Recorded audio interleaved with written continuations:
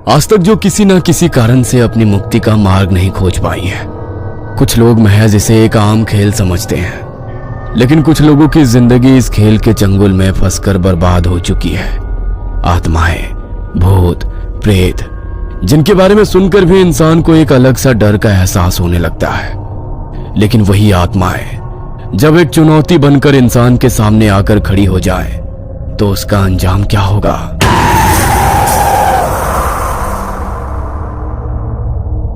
Peter, George, Daisy और Ruby चारों दोस्त अपनी कॉलेज की लाइब्रेरी में बैठे थे।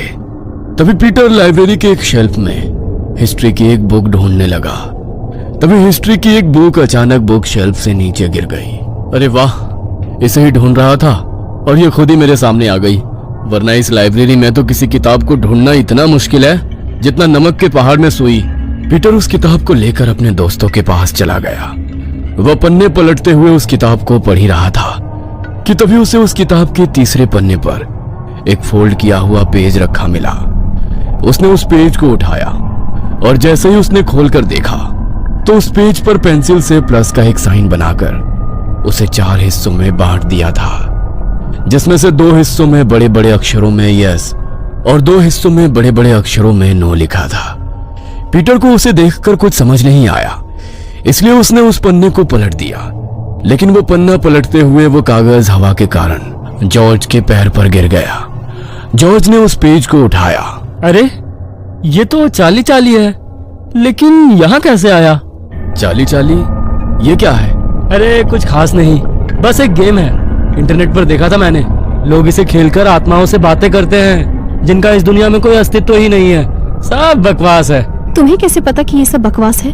क्या पता इसके जरिए हम सच में आत्माओं से कनेक्ट कर सकते हो। तुम लोगों को समझ नहीं आता क्या? ये लाइब्रेरी है। इतनी देर से यहाँ पर चिल्ला चिल्ला कर शोर कर रहे हो। तुम्हें बातें करनी है तो बाहर चले जाओ यहाँ से। इतनी देर से सबको डिस्टर्ब कर रहे हो। अब सॉरी मैम, हम सब चले जाते हैं। डेजी अपने हाथ में उस पेज को लेकर वहाँ से जाने लगी। तभी उसके दोस्त भी उसके पीछे पीछे बाहर आ गए। देखो, मुझे तुम्हारे बारे में तो नहीं पता, लेकिन मुझे ये गेम जरूर खेलना है।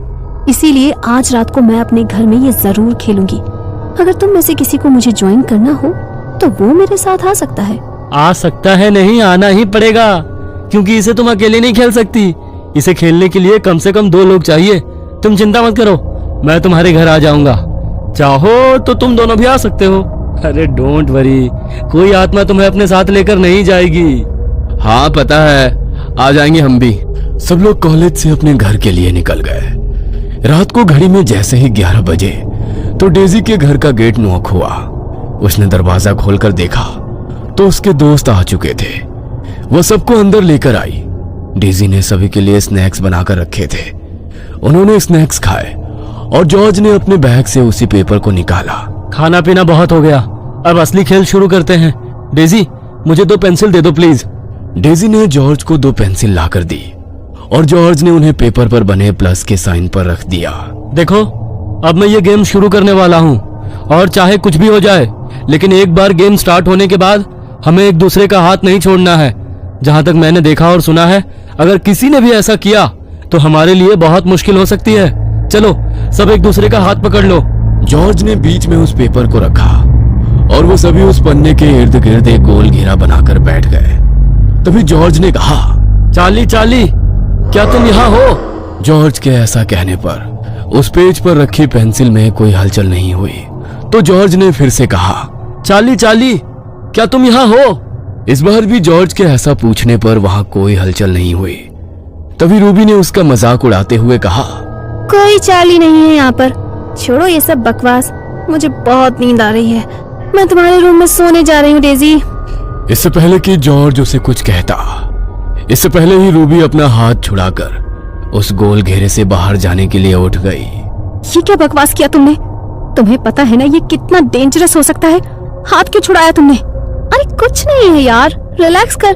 तुझे यकीन नहीं होता ना? तो देख, अभी मैं करके दिखाती हूँ। चार्ली, चार्ली, क्या तुम यहाँ पर हो? देखा, कोई भी नहीं है। ओह शिट, कोई स्पिरिट है यहाँ पर। तुमने ये क्या किया रूबी? अब बैठो यहाँ पर, वरना बहुत बड़ी मुसीबत हो जाएगी। रूबी डर के मारे उस घेरे में फिर से उन सब के साथ जॉर्ज और डेजी का हाथ पकड़कर बैठ गई। तभी डेजी ने पूछा, चार्ली, चार्ली क्या तुम हमें सुन सकते हो? डेजी के ऐसा पूछते ही वो पेंसिल फिर से बड़ी ही तेजी से घूमती हुई यस के साइन पर जाकर रुक गई। क्या तुम हमसे कोई मदद चाहते हो? इस पर तो नो का साइन आ रहा है। इसे हमारी मदद नहीं चाहिए तो हमें इसे गुड बाय कहकर गेम खत्म कर देना चाहिए। नहीं डेजी, हम ऐसा नहीं कर सकते।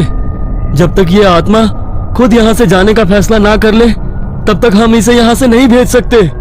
जॉर्ज के इतना कहते ही अचानक पीटर बुरी तरह कांपने लगा। उसका शरीर अचानक ही किसी मुर्दा इंसान की तरह करने लगा। ये पीटर को क्या हो गया? ये क्या किया तुम लोगों ने? देखो, अगर मेरे पीटर को कुछ हुआ ना तो मैं तुम दोनों को नहीं छोड़ूंगी। तुम्हारा दिमाग खराब हो गया है क्या रूबी? हमने पीटर को थोड़ी ना कुछ किया है। देखो, हमें ये गेम खेलना होगा। पीटर थोड़ी देर बाद अपने आप ठीक हो जाएगा। जॉर्ज ने जैसे ही ऐसा कहा वैसे ही पीटर की आंखें बिल्कुल सफेद होकर ऊपर को हो गई और वो रूबी की ओर देखते हुए बेहद भयानक तरीके से हंसने लगा।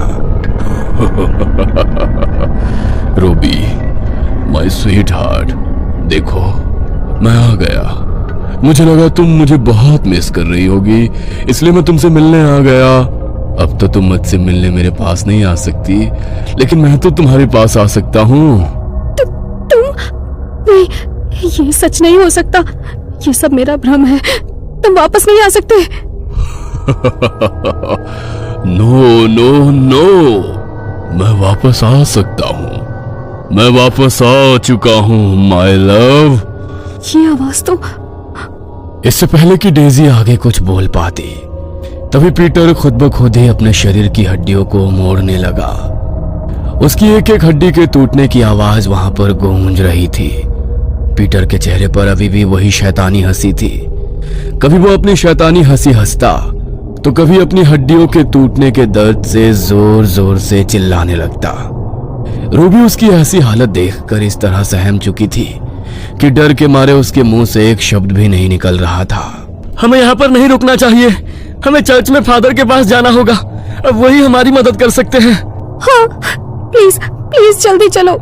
No no no my sweetheart, तुम मेरे साथ रहो। तुमने तो मेरे साथ जीने मरने की कस्में खाई थी। अब मैं तुम्हें खुद से दूर नहीं जाने दूंगा। चलो चलो, कम ऑन, जल्दी से मेरे पास आ जाओ। नहीं, दूर हटो मुझसे। नहीं, दूर हो जाओ। रूबी खुद को बचाने के लिए पीछे की तरफ खिसकने लगी। तभी पीटर अपने टूटे फूटे शरीर के साथ अचानक रूबी की ओर बढ़ा और एक ही झटके में उसे बड़ी ही तेजी से घसीटता हुआ घर के स्टोर रूम में ले गया। रूबी के चीखने की आवाजें पूरे घर में गूंजने लगी। वो मदद के लिए बेहद बुरी तरह चिल्ला रही थी। जल्दी करो जॉर्ज, हमें फादर के पास जाना होगा वरना वो दोनों... घबराओ मत डेजी, उन्हें कुछ नहीं होगा। जल्दी चलो। वो दोनों ड्राइंग रूम की खिड़की के रास्ते से जल्दी से भागते हुए घर के पास वाले चर्च में पहुंचे। लेकिन जब तक वो दोनों वहां पहुंचे तब तक फादर वहां से जा चुके थे। दोनों ने अपनी सुरक्षा के लिए चर्च में रखे होली क्रॉस के लॉकेट को अपने अपने गले में पहन लिया। उनके पास अब मदद के लिए कोई रास्ता नहीं था, इसलिए उन्होंने चर्च में रखे होली वाटर की बोतल को उठाया और जल्दी से घर आ गए। घर आते ही वो दोनों स्टोर रूम की तरफ गए जहां पीटर रूबी को घसीटते हुए ले गया था। लेकिन उन दोनों ने जैसे ही स्टोर रूम का दरवाजा खोला तो सामने का नजारा देखकर उनके रोंगटे खड़े हो गए। पीटर की तरह ही अब रूबी के शरीर की हड्डियां भी बुरी तरह टूट चुकी थी। उसकी आंखों की पुतलियां भी अब पूरी तरह सफेद पड़ चुकी थी। जॉर्ज ने उन दोनों को हाथ लगाकर देखा तो दोनों ये दुनिया छोड़कर जा चुके थे। वो दोनों ही सदमे को बर्दाश्त नहीं कर पा रहे थे। जॉर्ज ने उनके घर वालों को इन्फॉर्म किया और अगले दिन उनकी डेड बॉडीज को कब्रिस्तान में दफन कर दिया गया। पुलिस ने भी इस मामले में अपनी इन्वेस्टिगेशन की, लेकिन पुलिस को भी उनकी मौत से जुड़ा कोई सुराग नहीं मिला। डेजी अपने बेडरूम में अपनी आंखों में आंसू लिए खड़ी हुई थी। उसकी आंखों के सामने दीवार पर एक तस्वीर टंगी हुई थी। आपने जैसा कहा था मैंने बिल्कुल वैसा ही किया। मैंने आपका बदला ले लिया भैया, ले लिया आपका बदला मैंने। दरअसल डेजी का बड़ा भाई स्टीव रूबी से बहुत प्यार करता था। वो उससे शादी करना चाहता था, लेकिन डेजी सिर्फ उसके पैसों के लिए उसके साथ थी। उसने स्टीव को बहुत बार बेवकूफ बनाकर उससे पैसे हड़पे और उन पैसों से वो अपने दूसरे बॉयफ्रेंड पीटर के साथ अय्याशियां करने लगी। पीटर रूबी के बारे में यह सब कुछ जानता था, लेकिन वो भी पैसों का भूखा था। रूबी ने स्टीव का बहुत फायदा उठाया, लेकिन एक दिन जब स्टीव को इस बारे में पता चला तो वो ये सब सह नहीं पाया और उसने अपनी जिंदगी को हमेशा के लिए खत्म कर दिया। अपने भाई के चले जाने के बाद डेजी बिल्कुल अकेली हो गई। उसके माता पिता तो उनके बचपन में ही उन्हें छोड़कर जा चुके थे और अब डेजी के सर से उसके भाई का साया भी छीन गया। डेजी लाख कोशिश करने के बाद भी ये समझ नहीं पा रही थी कि उसके भाई ने ऐसा क्यों किया। तभी एक दिन उसे अपने भाई के बिस्तर के नीचे एक डायरी मिली, जिसे उसने अपनी जान लेने से पहले लिखा था। अपने भाई की मौत की सच्चाई जानकर डेजी और ज्यादा टूट गई। उन दोनों से अपने भाई की मौत का बदला लेकर उसे अपना भाई वापस तो नहीं मिल सकता था, लेकिन अपने भाई की मौत का बदला लेकर उसने हमेशा के लिए अपने भाई की आत्मा को मुक्त जरूर कर दिया था।